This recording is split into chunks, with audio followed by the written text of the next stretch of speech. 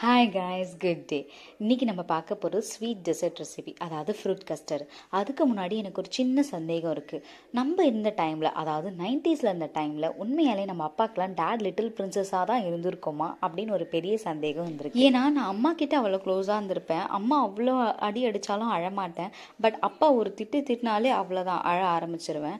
So அப்பா என்கிட்ட ஒரு ஸ்டாண்டர்ட் மெயின்டைன் பண்ணுவார். அவ்வளோ க்ளோஸாகவும் இருக்க முடியாது அப்பா கிட்ட. ஆனால் இப்போ இருக்க பொண்ணுங்களாம், அதாவது பெண் குழந்தைங்களாம் அப்பா அப்பான்னு சொல்லிட்டு ரொம்ப உருகுறாங்க. ஈவன் எனக்கே ஷாக்காக இருக்குது. என் பொண்ணும் அப்படிதான். நானே இருந்தாலும் அவங்க அப்பா இருந்தாலும் அவளுக்கு ஒரு ஃபுல் சாட்டிஸ்ஃபைடாக இருக்குது.